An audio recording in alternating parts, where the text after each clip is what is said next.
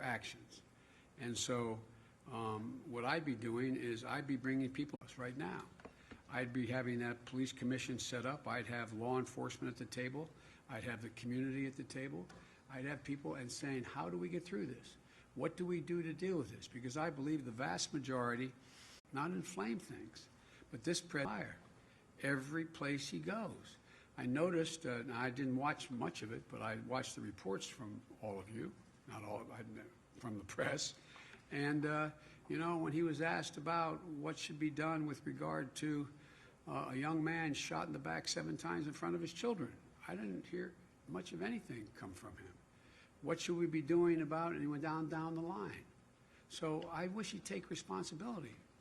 As much as he'd like to be running against somebody else, he's running against me, Joe Biden. And the fact is that he is not acting very responsibly.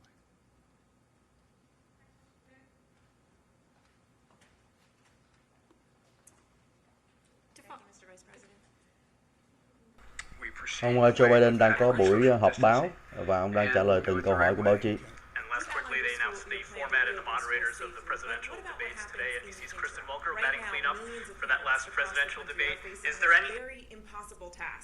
Trying to work full time and help their children full time to learn virtually. What is your message to these parents and what can you do to help them while you work to reopen schools? Ông câu hỏi rằng là ông nói gì với lại những bố mẹ hiện nay đang phải vừa dạy con, vừa lo lắng cho con cái mà vừa phải đi làm trở lại. Thì ông có thông điệp gì với họ? Ông nói rằng là tôi không phải là tổng thống hiện nay, nhưng mà chúng ta cần phải có nhiều cái giúp đỡ với mọi người hiện nay đang vất vả, vừa là ở nhà để mà lo lắng cho mấy đứa con.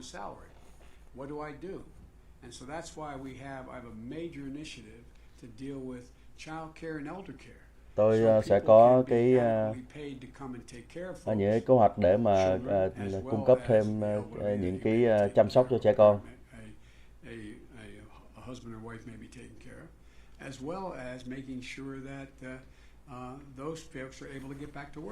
Và cũng sẽ bảo đảm làm sao mà để cho những người bố mẹ họ có thể quay được trở lại trường làm học, quay trở lại chỗ làm một cách an toàn.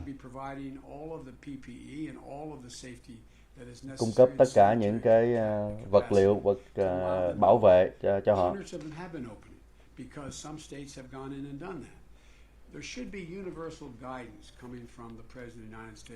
Cần phải có một cái hướng dẫn một cách đồng nhất từ tổng thống để mà mọi người phải biết làm sao mới có thể gọi là an toàn.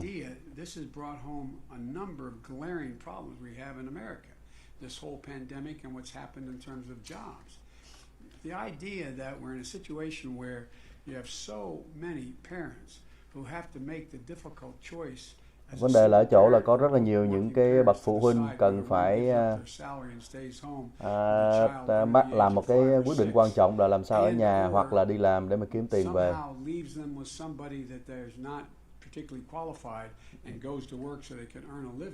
Is a choice that is not we shouldn't be making. We're the only industrialized country in the world that forces people to make that kind of choice. So there should be no one should have to pay more than 7% of their income to provide for child care. Chúng ta phải làm sao mà không cần phải trả tới 7% cái thu nhập của họ để mà chăm sóc cho con họ để mà họ có thể đi làm.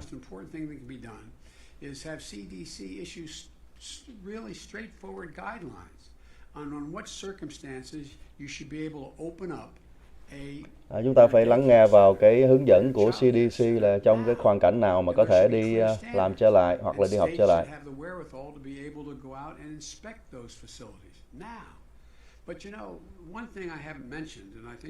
Một cái điều mà tôi chưa có đề cập tới đó là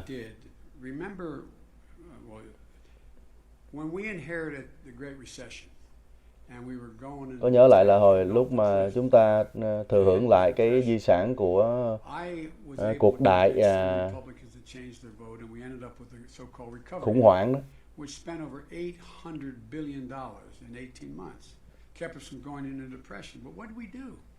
We spent billions of dollars making sure that states were able to maintain their essential workers. Everyone from their fire departments, their school teachers, their doctors, their nurses, their public hospitals. Now what's happening? Thời đó chúng tôi đã bỏ ra rất nhiều tiền nhiều tỷ để mà giúp đỡ cho những cái công ăn việc làm của các cái công việc mà giờ đây thì không có. Giờ đây thì các tiểu bang đang bị trong vấn đề, thậm chí là có người nói là phải phá sản các tiểu bang. The federal government is able to run a deficit to compensate in times of real economic crisis. And what's happening? Nothing. And guess what? We came out of that recession with the longest spurt of economic growth of any administration in American history. But these guys don't see, and I could go on. Businesses. Look at the money that was passed under the CARES Act for businesses. Small businesses be able to stay open. You got tens of thousands of them going out of business, many of them permanently. Why? Because the money didn't get to small businesses. Hiện nay chúng ta thì lại có rất là nhiều những cái cơ sở thương mại nhỏ đã bị phá sản tại vì tiền bạc giúp đỡ không tới tay họ.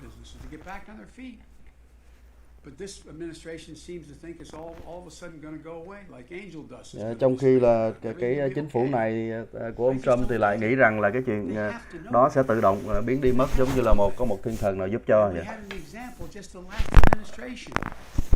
How much good you can do and how much growth you can generate.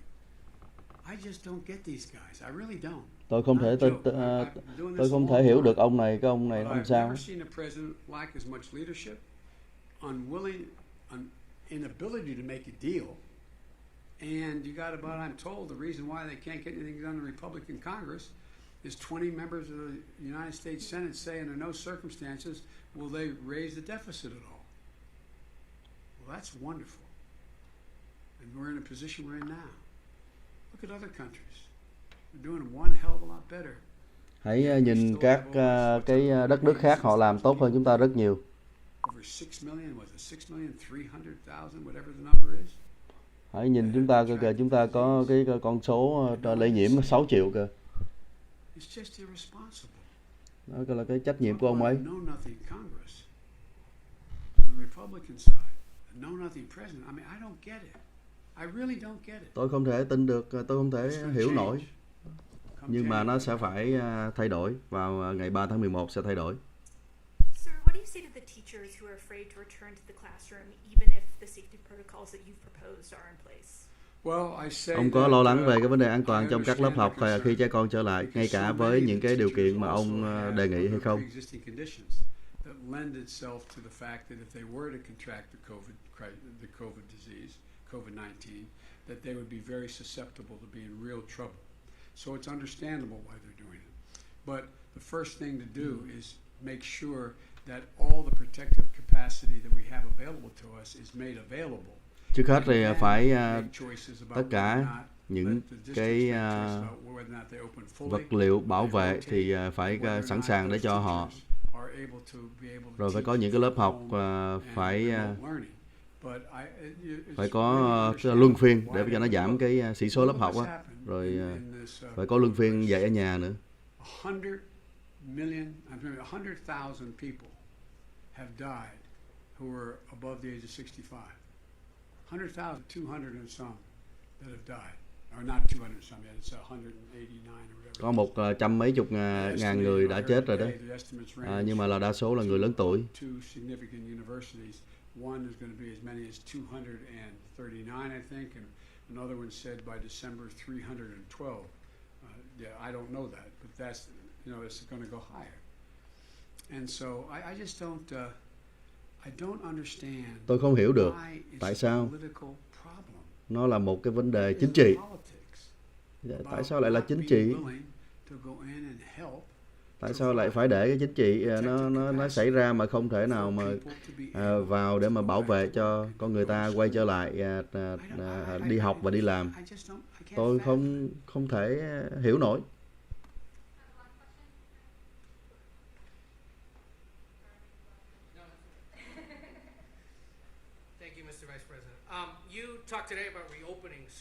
Ông hôm nay ông nói về mở cửa trường trở lại.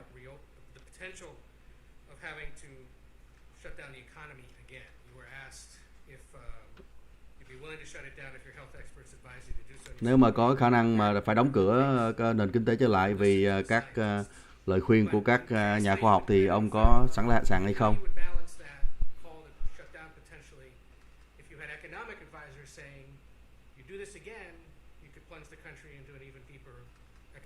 Làm sao ông sẽ quân cửa nền kinh tế với lại cái an toàn đó?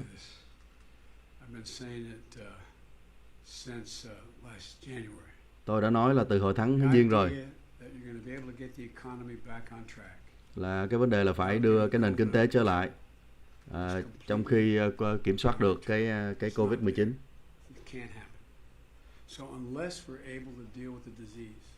Trừ khi mà chúng ta có thể kiểm soát được cái đại dịch đó, thì chúng ta mới có thể quay trở lại.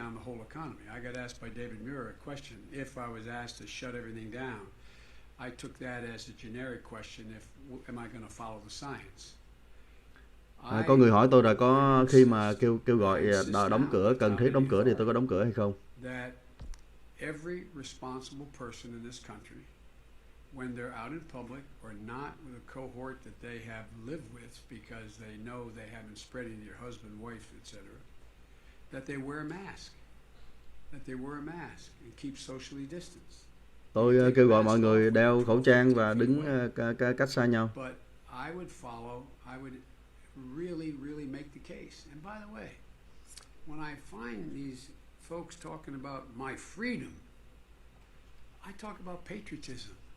Khi mà có những người nói về vấn đề tự do cũng như là yêu nước,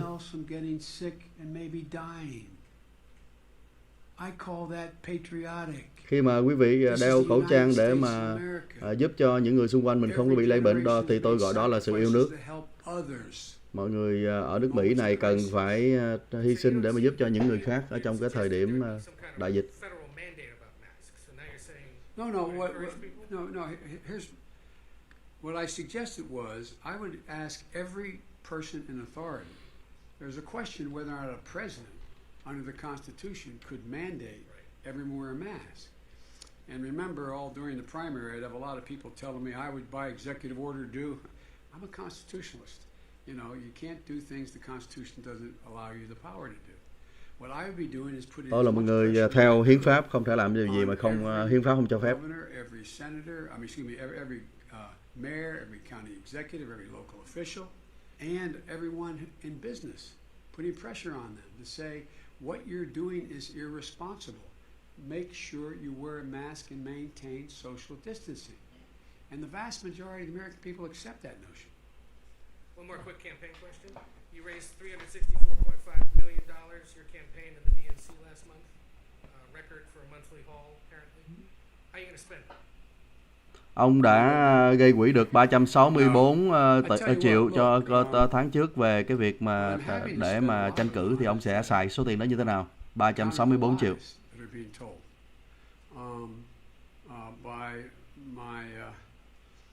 By Trump's campaign and Swift voters out there, a new PAC. But what I'm trying to do is spend most of that. And by the way, I think the average contribution was like $40.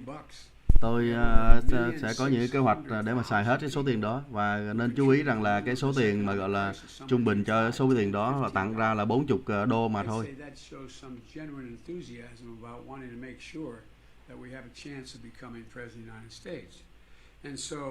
Cái hứng khởi khiến cho chúng ta có thể trở thành tổng thống.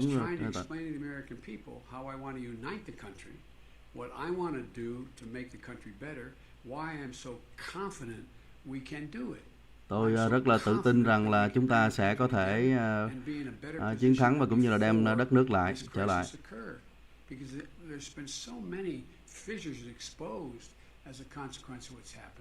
That people are now realizing, my Lord, I didn't know that people in that circumstance didn't have that kind of help. I didn't know whatever. And so I think we have an enormous opportunity. Tôi nghĩ rằng chúng ta có cái cơ hội thật là vĩ đại để mà có thể mang đất nước trở lại và dẫn đầu thế giới. Không phải là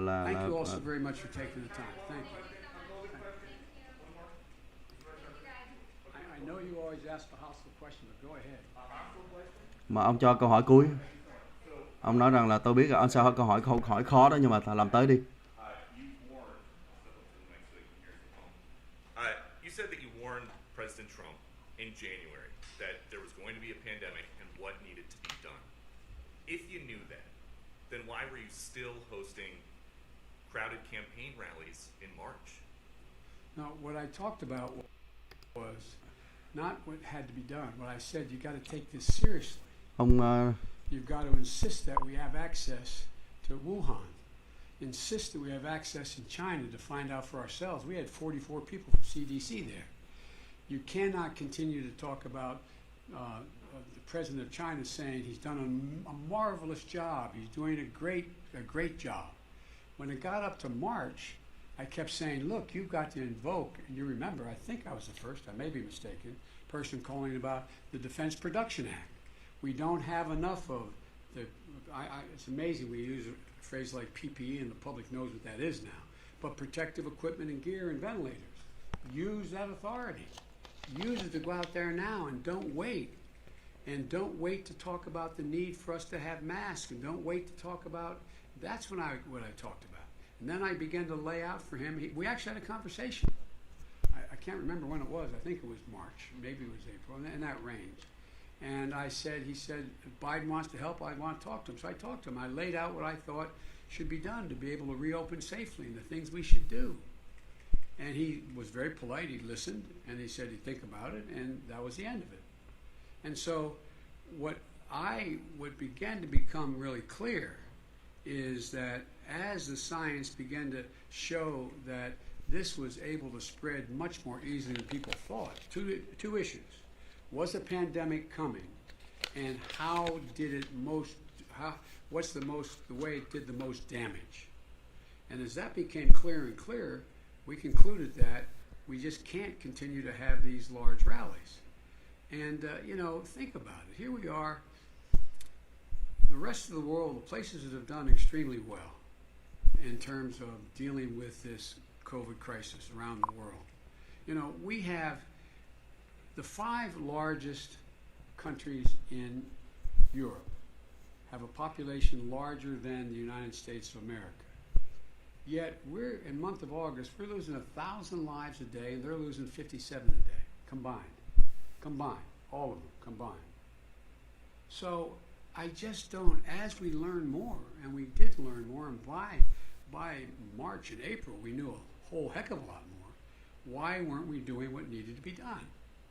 Why are we being told that don't we have plenty of protective gear?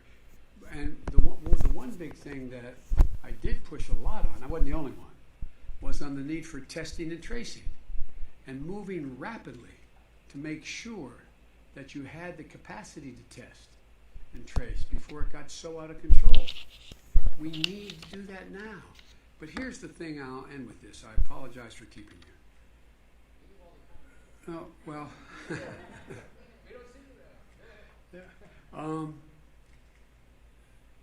The thing that I just don't quite understand is when it's clear that some of the things that the president says are simply not true relating to this crisis.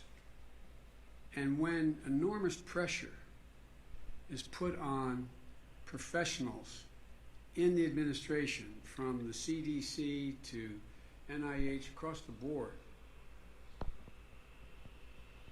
why do we think, God willing, when we get a vaccine that is good, works, why do we think the public's going to line up to be able to being willing to take the injection?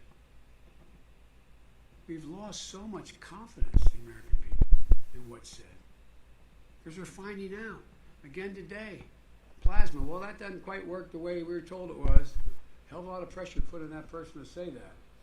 This president has said so many things that are untrue, that are just wrong. In order to do anything, he looks at it in one way.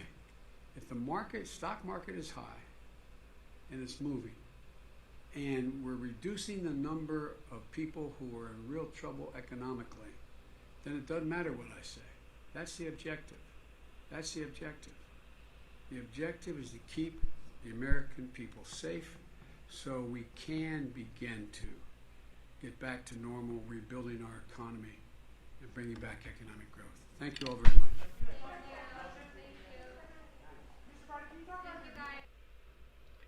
Đó là cái câu cuối của trước khi mà ông đi thì có một người gọi với lại để xin câu cuối, thì ông quay trở lại. Ông nói tôi biết ông sẽ hỏi khó đó nhưng mà cứ hỏi đi. Thì câu hỏi đặt ra là ông nói rằng là tháng Giêng ông đã cảnh báo Tổng thống Donald Trump rồi, nhưng mà thế thì tại sao mà khi tới tháng 3 ông vẫn có một cái cuộc vận động tranh cử? Thì ông Joe Biden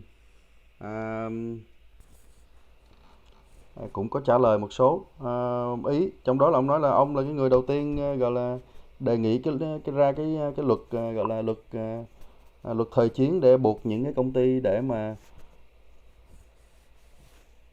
phải sản xuất những cái vật liệu y tế cần thiết. Rồi ông cũng nói rằng là một thời gian sau đó, ở tháng 3 hay tháng 4 gì đó ông không nhớ, thì khi mà khoa học đã biết thêm về cái vấn đề Covid-19 thì ông nói rằng là không có an toàn nữa để mà có thể tiếp tục vận động, trên cái cuộc vận động của phía bên ông đã ngưng. Rồi ông nhân dịp đó đã tố cáo Tổng thống Donald Trump rằng là thế giới hiện nay thì người ta đang làm tốt như vậy với những cái nước lớn, cái dân số thì nhiều hơn cả Hoa Kỳ, mà cái số lượng lây nhiễm cũng như số lượng tử vong của người ta ít hơn Hoa Kỳ. Rồi ông có nói rằng là ông là cái người đưa ra đầu tiên cái ý tưởng về vấn đề xét nghiệm nhanh, cũng như là tìm tới tracing, tức là tìm tới những người bị lây tiếp tục đó. Rồi ông cũng không thể hiểu nổi tại sao mà ông Tổng thống Donald Trump có thể nói dối rất nhiều về vấn đề Covid. Đến nỗi mà bây giờ coi như là thậm chí nếu mà có vaccine ra đi nữa thì chưa chắc là người dân họ còn tin để mà họ đứng họ xếp hàng đi chích vaccine. Ông tố cáo Tổng thống Trump rằng là chỉ có biết nhìn một chiều mà thôi, chỉ nhìn vào những cái vấn đề cổ phiếu tăng lên nhưng mà không nhìn vào cái vấn đề an toàn của người Mỹ. Nói tóm lại là rất là nhiều những cái tố cáo nhân những cái buổi họp báo như thế này. Chúng ta tạm ngưng cái buổi tường thuật trực tiếp này ở đây. Có bạn hỏi là trực tiếp hay là thôi trước cái này trực tiếp. Và bây giờ thì có lẽ là sẽ có những cái buổi phát biểu của Tổng thống Trump ở một tiểu bang khác. Ông vừa mới tới. Chúng ta sẽ tiếp tục vào những cái tường trình đó.